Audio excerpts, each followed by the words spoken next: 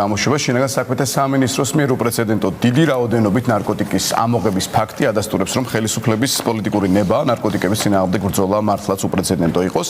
Αυτή განცხადება გააკეთა პრემიერ-მინისტრმა ირაკლი ღარიბაშვილმა მთავრობის ხდომაზე და განაცხადა, რომ შინაგან საქმეთა მინისტრ ალექსანდრე ჯიკაიძე ამ საქმეში წარმატებებს უსურვებს. გასულ კვირას შეგახსენებთ სამართალ დამცველებმა 3 ტონამდე თხევადი ჰეროინი ამოიღეს.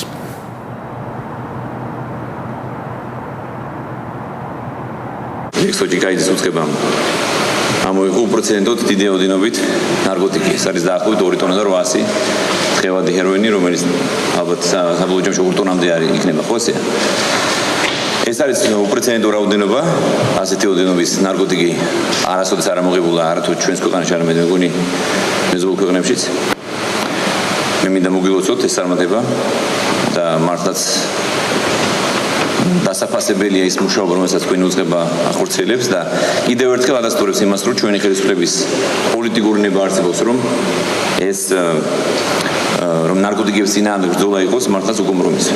ჩვენ გასულ წელს ამოვიღეთ 116 კილო, რომელიც იყო რეკორდული და ახლა უკვე ლექსომ მოხსნა ეს რეკორდი. უკვე 10 ჯერ და მე მინდა კიდევ ერთხელ მივულოცო.